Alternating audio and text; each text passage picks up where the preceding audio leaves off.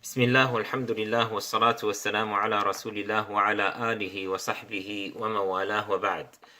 We'll continue looking or taking some questions and trying to respond to them. Again, these are questions related to the month of Ramadan, and perhaps most of the questions are from sisters, and so obviously they have or they deal with issues specific to women, although some of them may be of a more general nature. The next question that we have, it says here, I was pregnant in Ramadan and then nursed my baby for 2 years and did not fast. Some people say I need to make up the fast for when I was nursing, and others say I don't. Which opinion is correct? We have stated before that nursing in and of itself, just as pregnancy in and of itself, are not excuses to not observe the fast. However, if there's a fear on the woman or the child or both, then this would be a legitimate excuse for the woman not to observe the fast. So in this case, if the reason for not observing the fast, which is what I'm assuming, was a legitimate one, that is, the woman feared for her own health or she feared for the child, then in this case, she is excused from fasting for that period of time, but then she needs to make it up afterwards. Now, some of the scholars say that if the fear that the woman had was for her own health, then in this case, she merely makes up the fast and that is all.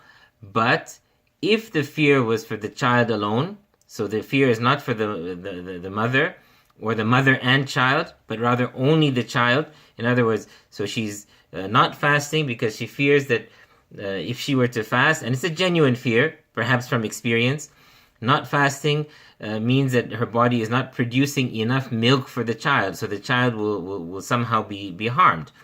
Well, in this case, we say that yes, you may not observe the fast, but then later on you make it up, and along with that, you feed a poor person for each day that you had missed.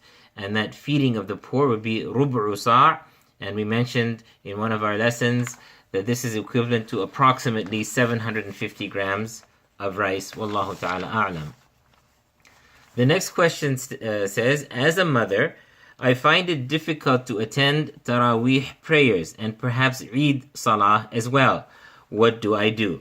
Okay, as a mother, you may have that difficulty because, and especially for us living in the West, during these days, we find that the night is short while the day is extremely long. So Salat al-Isha in some of our regions will be after 11 p.m.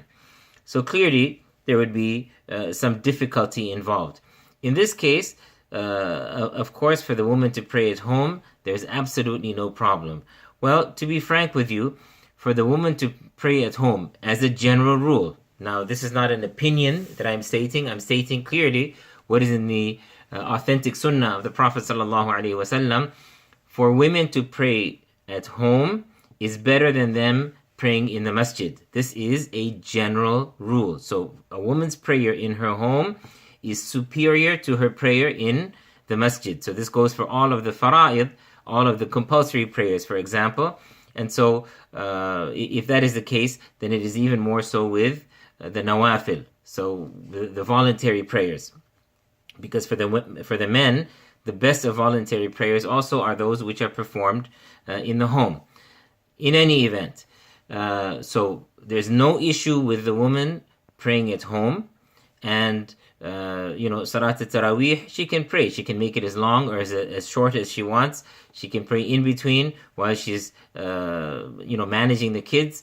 Once she puts the kids to sleep, not an issue at all. And the rewards, of course, are plenty from Allah subhanahu wa ta'ala, not only for the voluntary prayers that she's offering, but also for her efforts and for her hard work in looking after the children. That is another reward as well. So have the intention, the niyyah of of doing all these great deeds, including looking after the children, which is one of the most important of duties that we have.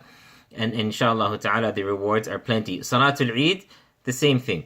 Salatul Eid, the only difference is that it is encouraged even for women to attend if they are able. But because of children and so on and so forth, the woman does not go. Not a problem at all. The reward, inshallah ta'ala, is established because of her niyyah, because of her intention. Allah Jalla wa ala knows that if she was able to attend, she would have attended. Wallahu ta'ala a'lam. Wa sallallahu wa sallam ala nabiyyina Muhammad wa ala alihi wa sahbihi ajma'in.